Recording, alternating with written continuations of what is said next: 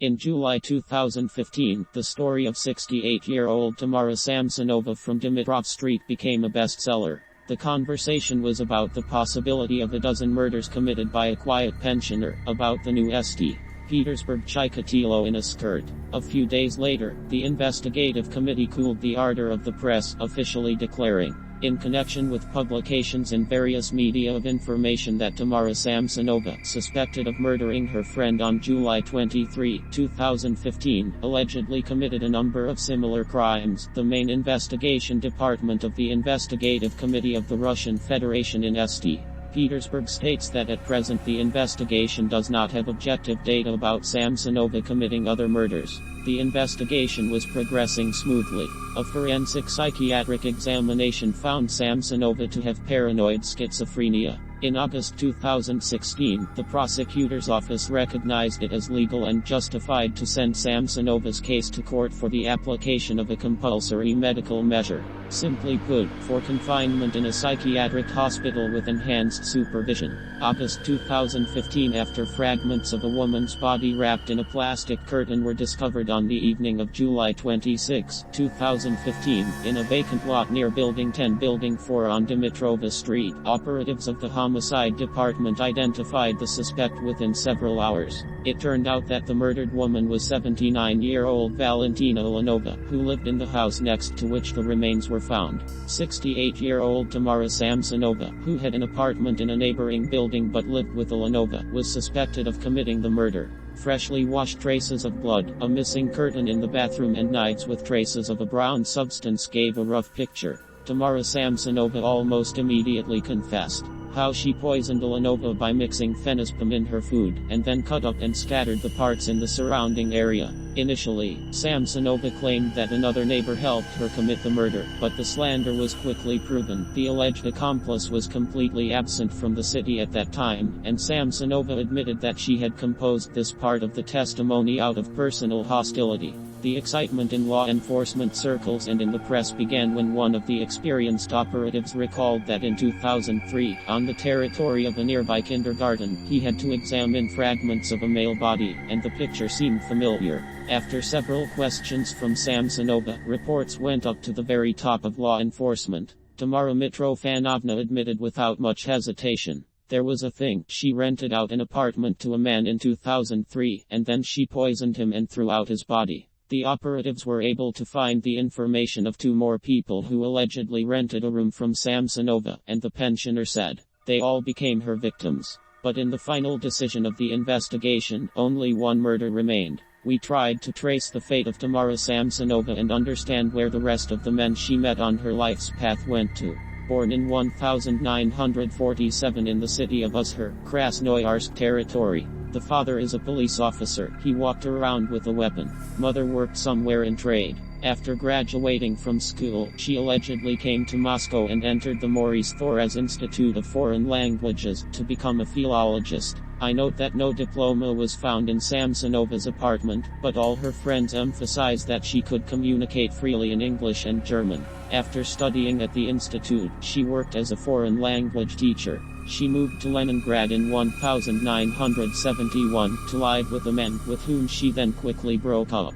She didn't work in her specialty and got a job as a nanny in a hospital. In 1971, she married Leonid Samsonov and moved to his apartment on Dimitrov Street.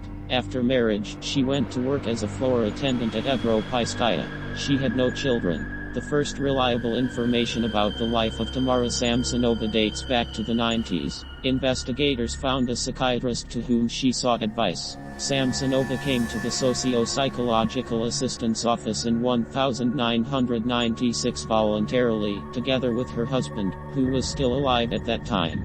As the doctor noted, against the backdrop of the bright, lively and erudite Tamara, the husband looked poor, downtrodden and even moronic. Samsonova, for all her charm, seemed to the specialist to be capricious, quarrelsome and capricious. The communication took place over the phone. The doctor visited Samsonova's apartment once. He went to pick up Solzhenitsyn's book. It was in the late 90s. My husband was no longer there. The visit turned out to be the only one. after which communication was interrupted. The doctor is alive and continues to work, despite his advanced age. As the psychiatrist notes, Samsonova was even too frank with him. For example, she said that she often commits shoplifting, but is never caught. She talked about the tenants she often changes, characteristics of a specialist, an intelligent and secretive woman with a sophisticated intellect. Leonid Samsonov, born in 1947, worked at an auto repair plant. Compared to his wife, he looked pale. As Samsonova stated during interrogation, their relationship was good. I was like a mother to him, he is like a son to me. Disappeared in the late 90s, the exact date is unknown. His body has not yet been found. Samsonova, in conversations with friends, offered various versions. He left me, he died of cirrhosis of the liver. The most common one is I went to the savings bank and did not return. Samsonova's husband reported the disappearance of her husband to the investigative committee only in 2015, when the head of the Social Security Department took her to the investigation department. During a search in Samsonova's apartment, documents of the missing husband were found, including a passport and savings book. Samsonova asked the question of whether she killed her husband. Having confessed to 4 deaths at the first stage of the investigation, Samsonova always resolutely denied the murder of her husband. Vladimir moved in with Samsonova in the summer of 2001 and rented one of the rooms. Despite the almost 20-year age difference, the relationship with the landlady at first turned out to be quite personal. A month or two later, as Vladimir said during the investigation, he stopped having an intimate relationship with Samsonova. In December 2001, he ended up in hospital with symptoms of poisoning. Doctors were unable to determine which drug could have caused his health problems. After detoxification procedures, there were no traces of poison left in the body. After being discharged from the hospital, Vladimir immediately moved out of Samsonova's apartment, and he is still alive and well. Grandmother's next tenants were not so lucky. A fragment of a male body with a tattoo on his shoulder was discovered by school children in the courtyard of a kindergarten on Kopchinskaya Street, Building 11, Building 3, in the fall of 2003. Then this case remained unsolved, and even the identity of the deceased was not established. No other body fragments, including limbs and head, could be found. What was found was buried in an unmarked grave after a forensic medical examination. After Elenova's murder, they remembered a similar incident. From Samsonova's house to the kindergarten is approximately 650 meters. Samsonova also remembered her tenant Sergei Potyanin, told how she poured radadorm into his cold borscht, how she cut up the body and carried it around the neighborhood.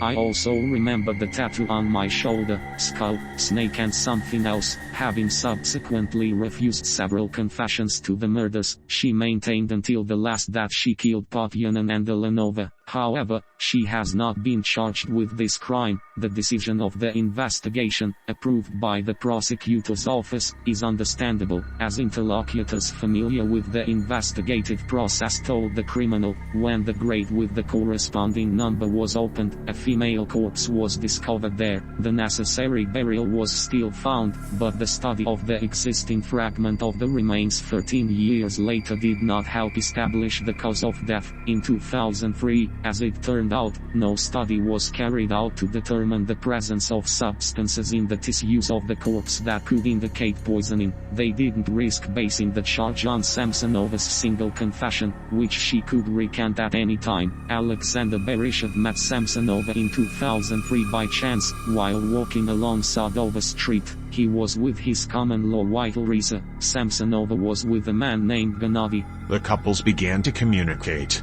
After some time, Samsonova reported that Gennady died. He looked about 40 years old. Communication initially took place mainly between Samsonova and Larisa, but gradually Bereshev began to approach the phone more and more often. A year after they met, as Larisa said, Bereshev announced that after 7 years of marriage he decided to go to Samsonova. And he went to Tamara in Kopchino. He called Larisa several times, 2 or 3 days after the move. The last call was a week later, and the conversation was abruptly interrupted. Nobody saw Alexander Bereshev again, either alive or dead. According to Larisa, Baryshchev had a very warm relationship with his sister's family, especially with his nephew. This nephew came to Larissa in 2007 and tried to find out the fate of his uncle, but could not find any traces. Immediately after her arrest, Samsonova Testa grandmother said, "Who Gennady is, whether he is alive, and if he died, then for what reason is unknown." According to the official version, which Samsonova also adheres to, she poisoned Ulanova with phenazepam, and when she died, she butchered her.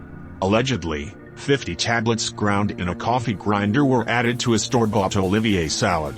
Alcohol was served with the meal, but phenazepam was not added to the alcohol.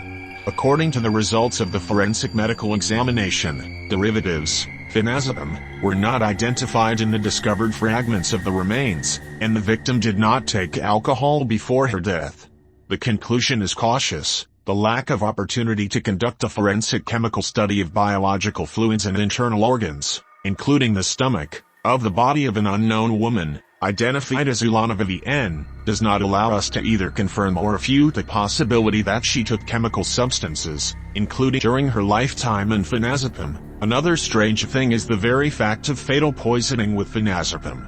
According to experts, 50 tablets must be injected into the body for death to occur.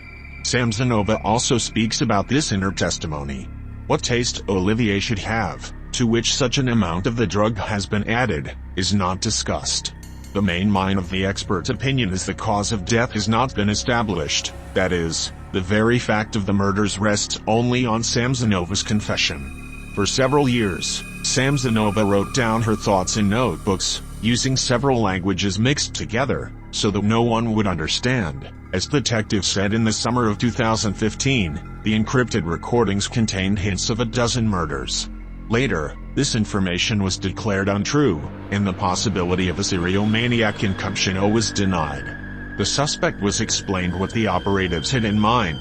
Over the years, the diary contains entries about Samsonova's search for potent Redditorm, phenazepam and other drugs. It was noted, "I buy 6 boxes of F, it costs 410 rubles. I also have 2 PN tiles. Now I have enough, I have 17 pieces of medicine, I'm buying medicine, there are 12 pieces left about 1 feet 8 blue." Tamara Mitrofanovna herself did not take these drugs. "For many years I went to bed around 2100 hours and got up at 3 a.m., well rested and alert. It was assumed that she needed the drugs to euthanize possible victims." Today, the investigation agreed with Samsonova's version, according to which she obtained medicine for the neighbors, and she even found one neighbor, to whom Samsonova once gave a package of phenazepam. It is not established where the rest of the packaging mentioned in the diary was used. The solution chosen by the investigation is optimal for everyone. Samsonov's grandmother will obviously be sent under intensive supervision to a specialized institution for the rest of her life. Since 2 or 3 more murders, which were discussed in the heat of the moment after the arrest, cannot be proven, then there is no need to talk about them. Moreover, there is no need to stir up a stir, otherwise you could end up with a serial maniac who has been active in St. Petersburg for about 15 years. Which is bad for the image.